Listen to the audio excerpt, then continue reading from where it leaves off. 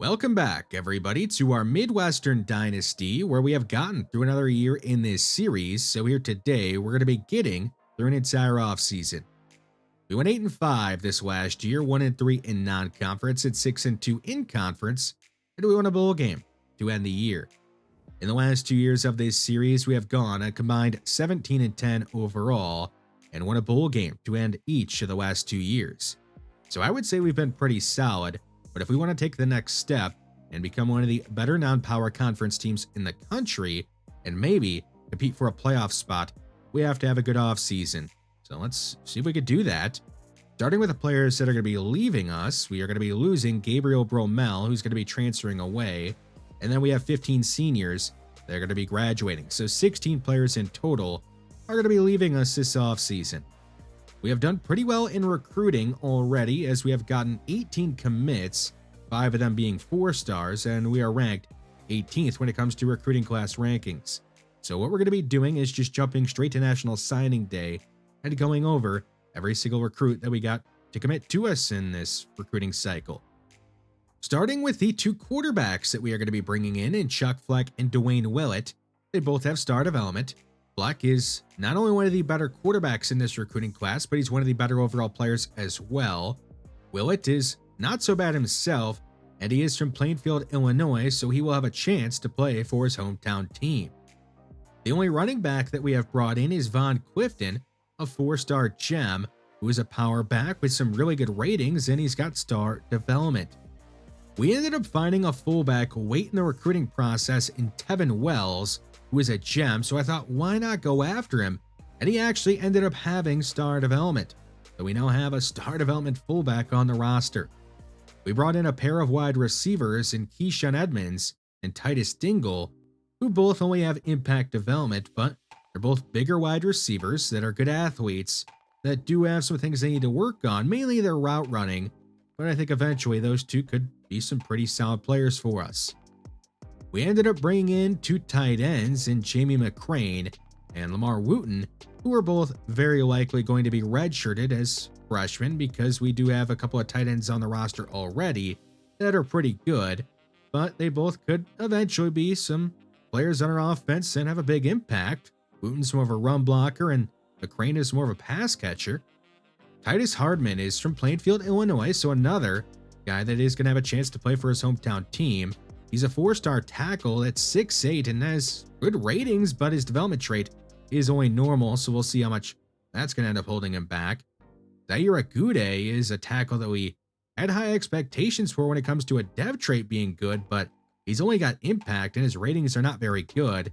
You compare that to Jabari Arakpo, who has star development and better ratings than him, and then we already have some decent tackles on the roster. I don't know if Zaire Agude is going to be sticking around very long. We are bringing in 3 guards in Darrell Lamar, Keegan Bullen, and George Handy. Don't expect much out of Darrell Lamar, he only has normal development. Keegan Bullen, he at least has impact development and could potentially be something for us down the line. George Handy, on the other hand, he's got star development, so I think he is going to be something for us eventually, but he does have some things he has to work on. So he's very likely going to be redshirted, as is Carter Roche, an athletic center who has impact development and has good strength and speed, but he has to work on his actual blocking ratings. Those are just nowhere near ready to be a starter for us. Portland Rahman is a defensive tackle who is a top 100 player in this entire recruiting class. He's got impact development and good ratings. I expect him to have a role right away as a true freshman. LaMichael Edmonds, he has elite development, so he has star potential, and his ratings are all right, but I think he would be better off in the long run if he ends up getting redshirted his freshman season. Santiago Martino is another 4-star player that we are bringing in. He's got 86 finesse moves, but only impact development, so I don't know how high his ceiling actually is. Emmett Fiore is an edge rusher out of Chicago who's a JUCO sophomore, and he's got 77 power moves. I did want to bring in 1 finesse rusher and 1 power rusher, so we made sure we did that. We are only bringing in 1 player from the transfer portal. It is Marvin Johnson, who comes to us from Ole Miss. I think he's got some solid ratings, but the thing is, he only has normal development, so he might be pretty close to reaching his skill caps already. If you're wondering, Gabriel Bromell, by the way, he is going to be transferring to UCF, so good luck to him there. Dion Gage has great ratings for a true freshman off-ball linebacker, has impact development, and I'm excited to see what he looks like out there, but he's probably going to be redshirted because his play rec and awareness are just not very good right now. Tyreek Warrior, good speed and acceleration, has some things he clearly has to work on, so he's definitely going to be redshirted, but he could be a big part of our defense in the future. Gordon Sheed, good speed and change of direction. Man coverage is there, but we run mostly zone, so his zone coverage is only 64. He definitely has to improve upon that. Alexander Folk has star development, 74 zone, 92 speed, 90 excel. That's all good, but the awareness is only 60, and the change of direction is not very good. You kind of need that to be a decent cornerback. Deontay Speed, he lives up to his name. He's got 93 speed. The zone coverage, not amazing. Another player that is going to be redshirted. Caleb Hacker, got star development, good zone for a free safety, and good speed and excel, but we just have a bunch of good safeties on the roster at the moment, so he's going to have to sit his freshman year and be redshirted. Anthony Rhodes is the only two-star prospect that we're going to be bringing in, and of course he is going to be redshirted as well. I found two kickers late in the recruiting process that are both gems in Jason Hops and CJ Klein. Hops is going to be better eventually, I believe, because he does have star development, but Klein, he's got the better leg at the moment. So we will have a very interesting decision to make at kicker as to which of the two we want to go with. In terms of recruiting class rankings, we end up finishing 28th in the nation. That is the best we have ever finished in terms of recruiting class rankings. We were 37th in year number 1 and 45th last year, and then 28th this year. We have been number 1 in the conference every single year in recruiting class rankings, so we've been doing pretty well. Speaking of doing well, Reggie Hambrick, he's got a lot of points to spend. We're going to be holding on to most of them, but I did actually max out recruiter for every single position except for kicker and punter. I just didn't think it would be necessary for those two positions. But despite that, yeah, we do have a lot of points we could spend if we want to. For now, we're going to be holding on to them. We are now at the unfortunate point in the offseason where we have to encourage some players to transfer away. Because we over-recruited, it's our own fault. We are 10 players over the roster limit, so we had to let 10 players go. Elliott Redmond is one of them. No need to have 2 punters on the roster. Duke Sterling, don't need 2 fullbacks. And Wells, he has star development, and I would like to play him right away. Eric Rush, he didn't make a huge leap in the offseason. He's not really great at run blocking or that great as a pass catcher. Lamar Wake had the worst offseason of any of the wide receivers we have on the roster. Ross Busby, he was a 2-star when we brought him in and didn't make a big leap, so he's going to be told to hit the road. Gabriel Doxson, not very good. He's gone. Mike Wolf, I like the strength, but he just doesn't have good enough block shedding or pass rushing skills compared to everybody else on the roster on the interior defensive line. Alex Kane had a couple of sacks last year, but he was just the odd man out in the edge rushing room. Keyshawn Dirth wasn't very good. And then lastly, the most surprising, LaMarcus Pettigrew. He has been a starter for us, but he just isn't fast enough to remain on the team as a cornerback. We can now go over the roster. Let's go position group by position group. We'll start with the most important position on the team, quarterback. Who is going to be our starting quarterback this year? The moment that Chuck Fleck stepped on roster, he was going to be our most talented quarterback and highest overall quarterback on the team, but that didn't guarantee anything. He had to go out there and earn it. He had to go out there and beat out Jordan Jones, who was our starting quarterback down the stretch and played pretty well and won us some games, even won us a bowl game. He had to beat out Forrest Fry, who was good as a true freshman, but bad for us last year as a sophomore. And I think that Chuck Fleck did that. He looked really good in practice, and the main reason he came to Midwestern was due to playing time. He wants to play right away, and he has earned it. So he is going to be our starting quarterback right away as a true freshman from the get-go. Dwayne Willett, if you're wondering, he is going to be redshirted, and we'll give him some time to develop, but I think eventually he could be a starting quarterback for us. The running back room is in a very interesting spot. We have Darrell F. and Avery Sizer, who are both really good. Darrell F. is an 85 overall with elite development and has plenty of room to improve It could get a lot better. Avery Sizer, an 83 overall, and has the most touchdowns in Midwestern history. He's been really good as well. So we could look to play Von Clifton right away as a true freshman, but I just don't think he's going to be getting enough carries as a true freshman when we have Darrell F. and Avery Sizer. Clifton, he went out there and looked really good in practice. He was able to run over some people. He is a power back, but he also had some pretty good speed and change of direction and contact balance, and was able to pull off some impressive runs. But despite that, we are going to be redshirting Von Clifton. I just don't think we're going to be able to get him enough touches as a true freshman. He can still play in 4 games this year, and we are going to use all 4 of those games. But Darrell F. and Avery Sizer, they are just too good to not have on the field as much as possible while they're on the team. Tevin Wells is the only fullback we have on the team, so of course he's going to play for us right away. At wide receiver, we have a clear number 1 guy going into the year in Nick Shields. He worked his butt off on his route running. His deep route running is now up to a 99, and his medium is at a 91. So he should be able to get open pretty easily down the field, and he's got great speed to boot. So yeah, he is going to be our number 1 wide receiver, and as long as Chuck Fleck is able to get the rock to Nick Shields, I think he is due to have a massive season for us. The real question is, what do we do behind him?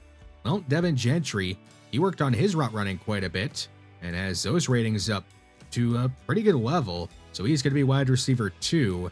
As for what we do behind those two, it's kind of up in the air. We'll give a shot to a bunch of different guys like George Barr, who is maxed out skill cap wise already, but he's not bad. Roberto Suarez, he's also going to mix in, along with Xavier Speed. The tight end room, that didn't really change a ton, so not much to comment on about that group. Moving on to the offensive line, this group is going to look a lot different than it did last year, because we lost 3 guys to graduation. Jimmy Fisher, he was a starter for us last year at right tackle, but this year he's going to be our starting left tackle going into the year. Edison Bynum had a massive year, I would say, as our starting left guard last year, and he is going to be returning as our starting left guard this year. Winston Smith, he's not the highest overall center on the team, but he has really good physical abilities and has a lot of potential, so I want to roll with him as our starting center. Christian Garrett, he has some pretty balanced ratings. He's a jack of all trades, master of none, so he'll get the nod at right guard. At right tackle, Titus Hardman, the 4-star normal dev guy, is going to be our starting right tackle. I didn't think that his skill caps would be as good as they actually ended up looking, so yeah, he's still got some room to grow despite only having normal development. And in practice, he looked pretty good in pass protection. And the run blocking, that's of course there. He is already a beast run block rating wise. So the offensive line, it looks a lot different going into the year. And it might even change as the year moves along. If Jimmy Fisher is unable to hold up at left tackle, we do have some decent backup options, like Vaitai. He could end up taking over. We also have John Good, another option that could take over at one of the 2 tackle spots. And I think the offensive line is in a great position when it comes to depth. We have a lot of pretty highly rated guys on the offensive line that could all move around and play different spots if we need to make things happen on the offensive line if it's not working out for us right away on it. On the interior defensive line, we have a lot of different types of players here that I want to rotate in and out depending on what type of situation we are in. The lone exception to that is Edward Reed, who is the highest overall player we have on the team. He's both good against the pass and the run, so expect him out there a lot, regardless of what situation we are in. But the others that are going to be rotating in, Portland Rahman and Trey Milner, they'll be out there in run-stopping situations.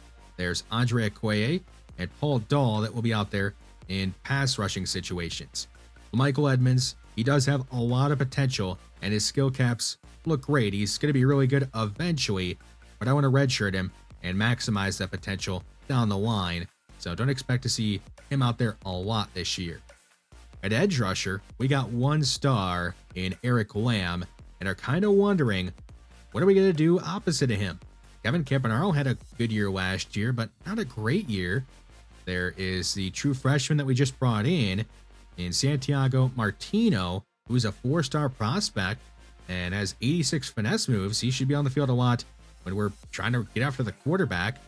there's other options we have as well that are going to be out there and rotating in and out. But I do hope that Santiago Martino is able to just take the reins and be that second edge rusher that we could just kind of roll out there on every down opposite of Eric Lamb. So we'll see what happens at edge rusher. There's also Jimmy French, who I did not mention, and Hicks, who had a big offseason. We'll see what happens though at edge rusher. At off-ball linebacker, Thomas Mintz. He's up to an 88 overall, the second highest overall on the team. He's got great coverage ratings and is going to be pretty good, hopefully, in pass coverage. But the question I have with him is, what about his run-stopping ability? Is he going to be able to make plays in the backfield against the pass and the run? Because we're also going to be blitzing him quite a bit. If he's not, then we're going to have to figure out who can stop the run, because our run defense last year, it wasn't very good. And that's where Ethan Dugan and Enrique Roundtree come into play. Ethan Dugan is really good against the run, and the coverage, it's getting better. So he should be on the field a lot. Enrique Roundtree, he's really good at stopping the run, but the coverage, it didn't get that much better. That's slightly disappointing, but he is really good against the run. So I do want to get him on the field a lot. Let's not forget about Taylor Sonsenbacher, who's been very productive the last 2 years. He may be at his skill cap ceiling, but he's been pretty good as he is. There's Ahmad North and Paul Kraft, who are both redshirt freshmen that had a year to develop with us. Ahmad North is better in coverage, and Paul Kraft is good against the run. Marvin Johnson, he's got some solid ratings and just transferred here. So linebacker, we're pretty deep at that position. Cornerback is a group that I don't really know what's going to happen to it or with it. We got Ben Edmonds, who didn't really improve a ton overall wise, but he was our number one cornerback last year and wasn't terrible. So I don't know why he wouldn't be our number one cornerback again this year. DeMarco Cooney, he's only a 2-star, or was a 2-star when he was coming in, and only has normal development, but he's now up to an 80 overall, tied for the highest overall cornerback on the team. And he looked really good in practice, not just against the pass, but against the run as well. He was able to make some plays in the backfield. And yeah, the pass coverage, that was great. And he is going to be our number 2, and we'll play in the slot when we do have 3 cornerbacks on the field. So who's that third cornerback when we do go to 3 cornerbacks? Well, Sean Stacy, he's got the best zone coverage on the team and has 94 zone coverage. There's also Juan Leverett, who's going to be mixing in. He started for us last season.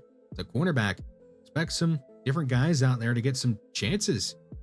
Safety is a group that we are really deep at. Josh Wood, he is really good already, but still could get a lot better. He's going to make the change from free safety to strong safety. So where does that leave George Scales, who was really good for us last year? Well, they're both going to be on the field a lot when we run the 4-2-5, so I wouldn't worry about playing time for those two. But who's the third safety when we are in the 4-2-5? Deontay Bland is going to be that guy. He's got 99 zone coverage, good play rec, and has some good athleticism as well. So we have those 3, but we got good depth behind him. George Noddy, he's got 85 zone coverage, good play rec, and is a good tackler and has good athleticism. So he deserves some playing time. Gabe Newcomb, he is the lone senior on the team, and he's got good zone and pretty good athleticism, 98 change of direction. On top of that, he's got platinum house call and platinum robber. So we got to get him on the field as well. Safety is just such a deep group. We're going to be rotating in a ton of different players there because they all deserve playing time, which allows us to redshirt somebody like Hacker, who has star development. So very excited about our group of safeties. What about our kickers? Jason Hobson, CJ Klein. The kicking competition is going to continue into the season. We will have Jason Hops and CJ Klein rotating back and forth every other game until one of the two clearly wins the job themselves, or until we get through week 8, which at that point, we would have to make a decision ourselves on which of the two to redshirt and which of the two to have be our kicker the rest of the season. The first game, it'll be Jason Hops, and we'll have CJ Klein redshirted for it. And the second game, it'll be the opposite. Klein will be the kicker, and Hops will be redshirted for that one. And eventually, we'll determine which of the two will be our kicker for the full season. Seth Hearns, he's going to be our punter once again. We were just talking about redshirts, so let's go over our redshirt list. We're going to be redshirting 22 of the 29 players that we just brought in. There were some tough calls like Deion Gage and Von Clifton, who are both good players now, but they're going to be better because we're redshirting them now. They'll be better down the line. On to recruiting, we are not going to be able to have a huge recruiting class this year because we only have one senior on the team, which means we only have one guaranteed roster spot after this year. So don't expect a big recruiting class this year, because if we over-recruit, we'll have to make a ton of cuts, and I don't really want to do that, but we are still definitely going to be bringing in at least some new players. We unfortunately got hit by the custom schedule bug again, so we are stuck with what they gave us. Let's go over our schedule that they gave us. FCS Midwest is going to be our first opponent, and we have a conference game right away in week 2. UAB, they're ranked to begin the year. That should be fun. ECU in week 4. Jacksonville State and Sam Houston to follow that up, as we do get a couple more conference games under our belt before taking on Stanford, the preseason #1 team in the nation. And then we get back into conference play and finish off the year once again by taking on Liberty. For the first time ever in Midwestern history, we have some players that made the all-conference teams. On the first team All-CUSA, there is Nick Shields and Edward Reed. On the second team All-CUSA, we have Darrell F., Eric Lamb, and Thomas Mintz. Now, there are definitely some questions I have about these all-conference teams. One, where's Avery Sizer? If Darrell F. is going to be on one of the 2 All-CUSA teams, then for sure Avery Sizer should be as well. Eric Lamb, he should be on the first team All-CUSA and probably should be on the preseason All-American first or second team as well. As a team, we're going to head into this brand new season ranked 62nd in the nation. So kind of middle of the pack, but I think we have a really good team on paper. We are coming off of 2 good years in a row, had a pretty good offseason, and I believe we have a chance to be one of the better non-power conference teams in the entire country, and maybe we could compete for a college football playoff spot. Brand new season, it's going to begin. In our next episode, we'll take on FCS Midwest and see how this team is going to be looking this year. Thanks for watching this one, and I'll see you in the next one.